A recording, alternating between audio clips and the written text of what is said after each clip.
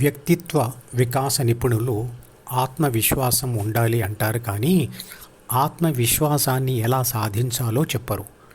పుట్టుకతో వచ్చే 6 చెడు గుణాలలోని కోపం ఉండకూడదు అంటారు, కానీ కోపంను నియంత్రించే పద్ధతి చెప్పరు.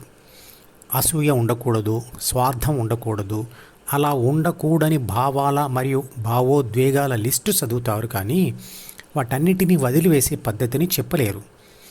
అంతేకాదు, అది ఉండకూడదు, ఇది ఉండకూడదు అని చెప్పే వ్యక్తిత్వ వికాస నిపుణులకు కూడా తమ భావోద్వేగాలపై సంపూర్ణ నియంత్రణ ఉండదు. పుట్టుకతో వచ్చిన 6 చెడు గుణాలైన కామం, మోహం, లోభం, మదం మరియు మాత్సర్యాలను ఎలా నియంత్రించాలో వారు చెప్పలేరు మరియు పాటించలేరు. అనుకూలమైన బాహ్య పరిస్థితులు ఏర్పడినప్పుడు ఆ 6 చెడు గుణాలు వారి నుండి బయటకు వస్తాయి. తన కోపమే తన శత్రువు అనే పద్యం 1000 సార్లు విన్నా ఆ గుణం మీరు ఏమీ చేయకుండా దానంతట అదే పోదు. ఆ పద్యం యొక్క లింకును ఈ వీడియో డిస్క్రిప్షన్లో ఉంచుతున్నాను, వినండి. మరి ఆ కోపాన్ని పోగొట్టుకునే సాధనం ఏమిటి అంటే ధ్యానం.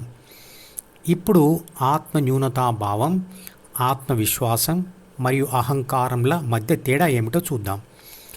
A+B అంటే ప్రాథమిక మనసును చదివిన ఆత్మ, C అంటే అహంభావనను పొంది ప్రాపంచిక ఆత్మగా మారుతుంది అని మనకు తెలుసు. ఈ ప్రాపంచిక ఆత్మ పొందిన గెలుపు లేదా ఓటమి అనుభవాలతోనైనా లేదా ధ్యానంతోనైనా C అంటే అహంభావం మారుతుంది. Cలో వచ్చే ఈ మార్పును స్కేలులోని 3 భాగాలుగా విభజిద్దాం.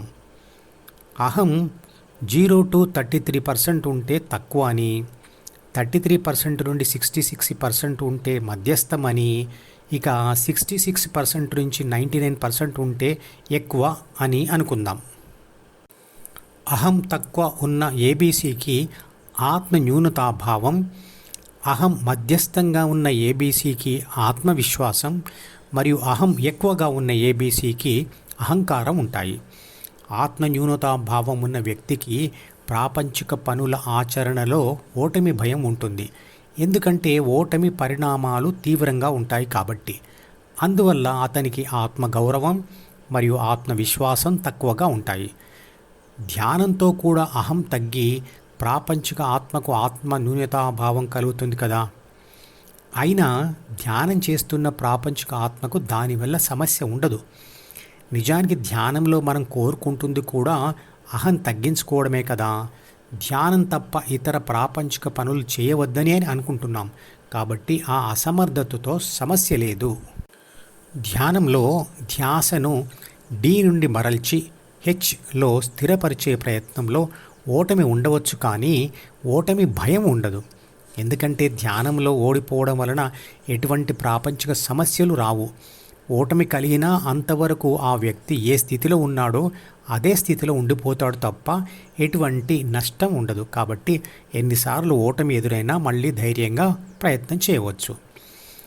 ఉదాహరణకు, మీరు ధ్యానంతో శూద్ర వైశ్య క్లాసులు దాటి క్షత్రియ క్లాసులోకి వచ్చారు అనుకోండి. అప్పుడు ధ్యానం మానేస్తే మీరు క్షత్రియ క్లాసులోనే ఉండిపోతారు తప్ప ఇతర నష్టాలు ఏమీ ఉండవు.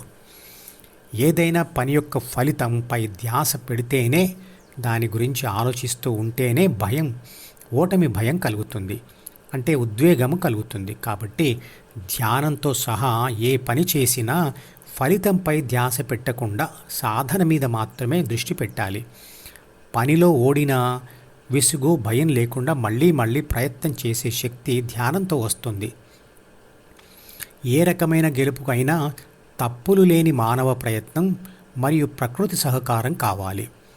ప్రకృతి సహకారం మన చేతిలో ఉండదు, కానీ మనం చేసే ప్రయత్నం మాత్రం మన చేతిలోనే ఉంటుంది.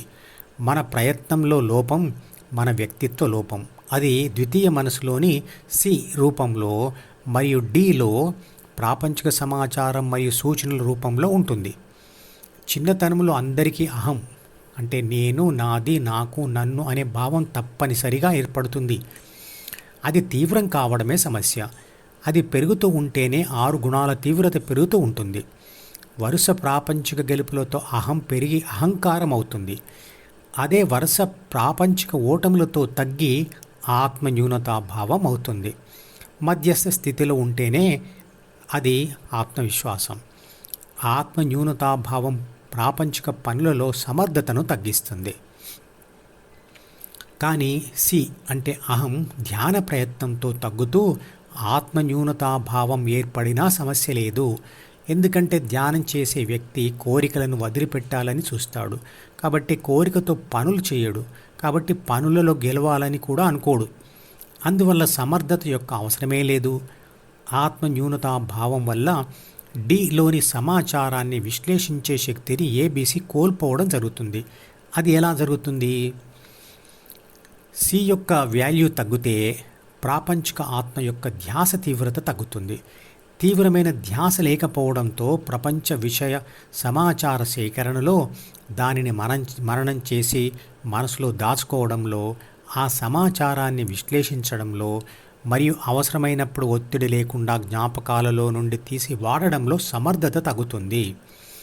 దానికి తోడు మనసులో ఉండే ఒత్తిడి, భయము, బాధ లాంటివి కూడా కారణమవుతాయి. భగవద్గీత చెప్పే ధ్యాన సాధనలో ఇవన్నీ మాయమవుతాయి. అంతేకాకుండా అన్నీ సక్రమంగా చేసినా సరే కొన్నిసార్లు ప్రకృతి సహకరించక ఓడిపోవడం జరిగితే ధ్యాన సాధన చేసిన మనిషి వాటి విషయంలో బాధపడడు. కాబట్టి మరో ప్రయత్నం చేయడానికి భయపడడు, ధైర్యంగా చేస్తాడు. ఇలాంటి వ్యక్తిత్వం ఉన్నప్పుడు ఆత్మ న్యూనతాభావం ఆత్మవిశ్వాసంగా ఎందుకు మారదు? నమస్కారానికి నేను ప్రతి నమస్కారం చేస్తే నాకు వినయం ఉంది అంటారు. అలా చేయకపోతే అహంకారం ఉంది అంటారు. అంటే మనకు వినయం మరియు దానికి వ్యతిరేకమైన అహంకారం అంటే ఏమిటో తెలుసు. అలాగే ప్రేమ మరియు ద్వేషం అంటే తెలుసు. ఇవన్నీ ఏబీసీకి పరస్పర వ్యతిరేక ఉత్తేజ పరిస్థితులే. కొన్ని సందర్భాలలో ద్వేషం ప్రేమగా, కొన్నిసార్లు ప్రేమ ద్వేషంగా మారుతుంది. ఇవి తాత్కాలిక స్థితులు, అందువల్ల శాశ్వత శాంతి ఉండదు. ధ్యానంతో ఈ రెండింటిని విడిచిపెట్టినప్పుడే శాశ్వత శాంతి కలుగుతుంది. ఇలా ఒకదానికి మరొకటి వ్యతిరేకంగా ఉంటూ డీలో ఉన్న రెండు విడివిడి విషయాలను ద్వంద్వ భావాలు అంటారు. వాటిని విడిచిపెట్టిన స్థితిని ద్వంద్వాతీత స్థితి అంటారు. అది వినయము కాదు, అహంకారము కాదు, కానీ ఆ రెండింటికి అతీతంగా ఉండేది. అలాంటి స్థితి డి ఏర్పడని పసిపాపల్లో మరియు ధ్యానం చేస్తూ డీను వదిలిన యోగులలో ఉంటుంది. నమస్కారం చేసిన విషయాన్ని ప్రాపంచిక ఆత్మ చూసి వినయం ప్రదర్శించాలి అనే సూచనను డి నుంచి అందుకొని ప్రతి నమస్కారం చేస్తుంది. అంటే నేను ప్రదర్శించే వినయం కానీ అహంకారం కానీ డి నుంచే మొదలవుతుంది. కాబట్టి డి లేని స్థితిలోనే ద్వంద్వాతీత స్థితి వస్తుంది. అదే దేవుడి స్థితి. పిల్లలు దేవుడు చల్లని వారే అనే పాట వీడియో లింకును ఈ వీడియో డిస్క్రిప్షన్లో ఉంచుతున్నాను, వినండి. ఆ పాటలో తప్పులు మన్నించుటయే దేవుని సుగుణం అంటాడు. మన్నించడం లేదా మన్నించకపోవడం అనే పరస్పర వ్యతిరేక భావాలు డీలోనే ఉంటాయి. అంటే డీ లేని స్థితిలో ఏబీసీ బి మరియు సిలను కూడా వదిలి ఏ అంటే దేవుడిలా ఉండిపోతుంది. ఆ పాటలోనే పుట్టినప్పుడు మనిషి మనసు తెరిచి ఉండును అంటాడు. అంటే పుట్టినప్పుడు ద్వితీయ మనసులోని డి ఖాళీగా ఉంటుంది. డి లేని శిశువు దేవుడే.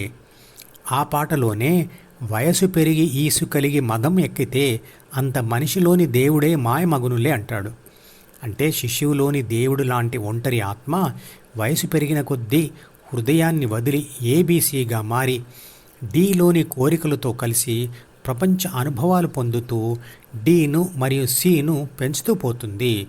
అంటే దేవుడు మాయమై ప్రపంచం ప్రత్యక్షమవుతుంది. మధుపదం యూట్యూబ్ ఛానల్లోని ప్రతి వీడియోకి ఒక నెంబర్ ఇవ్వబడింది. 1వ నంబర్ వీడియో నుండి మొదలుపెట్టి వరుసగా చివరి వీడియో వరకు చూస్తేనే ఆత్మశాస్త్రం సంపూర్ణంగా అర్థమవుతుంది. ఈ వీడియో డిస్క్రిప్షన్లో ఉంచిన మధుపదం ప్లేలిస్ట్ లింక్ ద్వారా అన్ని వీడియోలు వరుసగా చూడవచ్చు.